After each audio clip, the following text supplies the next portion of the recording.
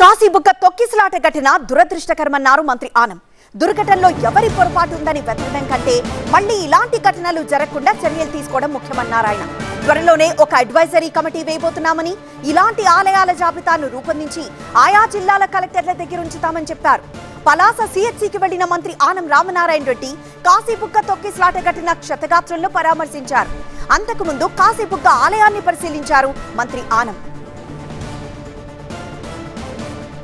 జరిగిన దాంట్లో ఎవరి పొరపాట్లని ఎత్తి చూసేదానికన్నా జరిగినటువంటి పొరపాటు వల్ల 9 మంది ఇవాళ మన ప్రాంతం వాళ్ళు ఒక ఆలయ పరిధిలో ప్రాణాలు కోల్పోయారని అంటే ఇది ఆ దాతలను లేకుంటే నిర్మాణకర్తలను అడగలేదు.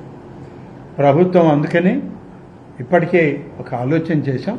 రేపు అడ్వైజరీ కమిటీలో కూడా డిస్కస్ చేసి అన్ని ఆలయాలు ఈ ఆలయంతో పాటు ఈ రాష్ట్రంలో స్వంతంగా నిర్మాణం చేసుకున్న ఆలయాలు, ఇంకా నిర్మాణంలో ఉన్న ఆలయాలు ఎవరెవరు చేస్తున్నారు, ఏ విధంగా చేస్తున్నారు, దీనికి ప్రభుత్వ నిధులు అవసరం లేకున్నా వాటన్నిటినీ ఒక ప్రత్యేక జాబితాగా తయారు చేసి ఆ జిల్లాల అధికారుల దగ్గర, దేవాదాయ శాఖ అధికారుల దగ్గర, జిల్లా కలెక్టర్ దగ్గర ఆ నివేదికని ఉంచాలి అనేటువంటి దానిలో ఒక ప్రయత్నం కొనసాగించాలని ఇప్పుడే అనుకోవడం జరిగింది.